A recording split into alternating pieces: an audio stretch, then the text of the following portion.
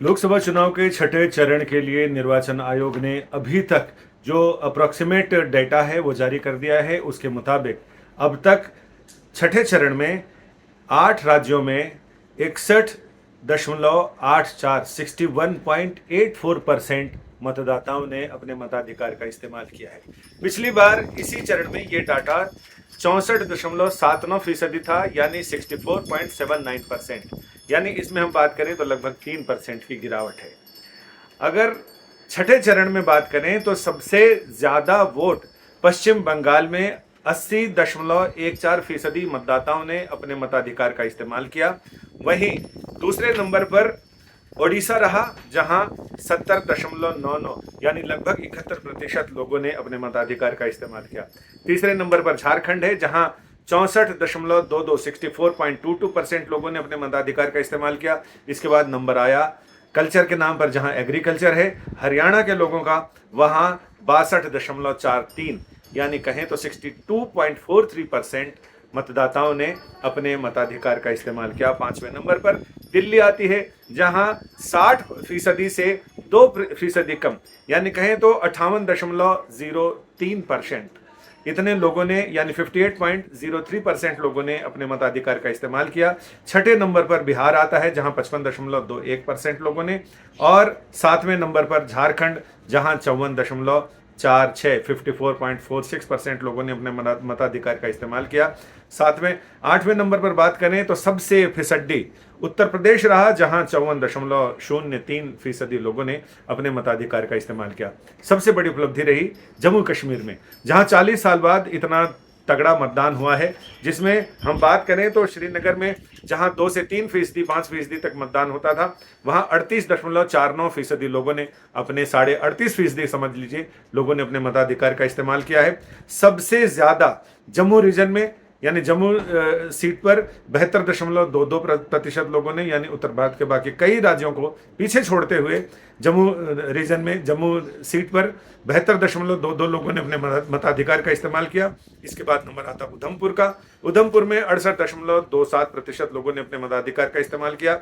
और इसके बाद बारामूला 59.16 59.10% लोगों ने अपने मताधिकार का इस्तेमाल किया। और अनंतनाग राजौरी में 50% से ज्यादा 54.46% लोगों ने अपने मताधिकार का इस्तेमाल किया है। अगर हम बात करें दिल्ली की, तो दिल्ली में सबसे फिसड्डी जो रहा है वो दक्षिण दिल्ली इलाका, जिसे सबसे पॉश इलाका कहते हैं, अमीरों का इलाका कहते हैं।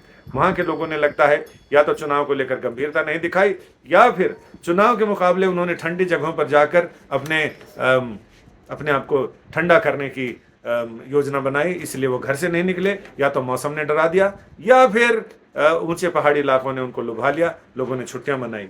वहां सबसे कम 55.15% लोगों ने अपने मताधिकार का इस्तेमाल किया। और उसके बाद नई दिल्ली के लोग उनसे थोड़े से बेहतर रहे, जहां 55.25% यानी 0.10% का अंतर रहा। वहां पर 55.15% और 1.5, और यहां 55.25। तीसरे नंबर पर अगर हम बात करें तो नॉर्थ वेस्ट दिल्ली, जहां 57.16% लोगों ने अपने मताधिकार का इस्तेमाल किया। और चांदनी चौक, पूर्वी दिल्ली और पश्चिमी दिल्ली ये लगभग एक जैसे रहे। उनमें भी अगर हम बात करें तो पूर्वी दिल्ली बेहतर रहा, 58.37%। इसके बाद वेस्ट दिल्ली उससे थोड़ा सा कम रहा, 58.28%। और चांदनी चौक 58.06% वोटरों के साथ अपने अपने स्थान पर रहे। लेकिन ये ज़रूर है कि 2019 के मुकाबले ये चीज़ें बहुत कम आ रही हैं, और इन कमी की वजह से ऐसा माना जा रहा है कि या तो मौसम का असर होगा ज़्यादा, या लोग पता नहीं चुनाव को कितना गंभीरता से लेते हैं, इसे लेकर थोड़ी चिंता ज़रूर हो रही है। लेकिन जम्मू कश्मीर को लेकर न केवल हम आप उत्साहित हैं, जम्मू कश्मीर के मतदाता उत्साहित हैं, बल्कि निर्वाचन आयोग भी उत्साहित है। अपना वोट डालने के बाद मुख्य निर्वाचन आयुक्त राजीव कुमार ने मीडिया से बातचीत में यह कहा कि हम उत्साहित हैं, वहाँ बहुत अप्रत्याशित परिणाम मिले हैं, और वहाँ के मतदाता भी उत्साहित हैं। यानी उस उत्साह के साथ हमारा उत्साह मिलेगा, और जल्दी ही जैसे इस चुनाव के नतीजे आ जाएंगे लोकसभा चुनाव के, उसके बाद पहली फुर्सत में निर्वाचन आयोग जम्मू कश्मीर में विधानसभा चुनाव कराने को तैयार है। उसकी योजना बन चुकी है, योजना का ब्लूप्रिंट बना लिया गया है। बस अब इंतज़ार है उस पर अमल का। यानी उम्मीद करते हैं कि जुलाई में जम्मू कश्मीर के लोग अपनी विधानसभा का चुनाव करेंगे। वो विधानसभा जो परिसीमन के बाद एक नए तेवर में, नए कलेवर में होगी।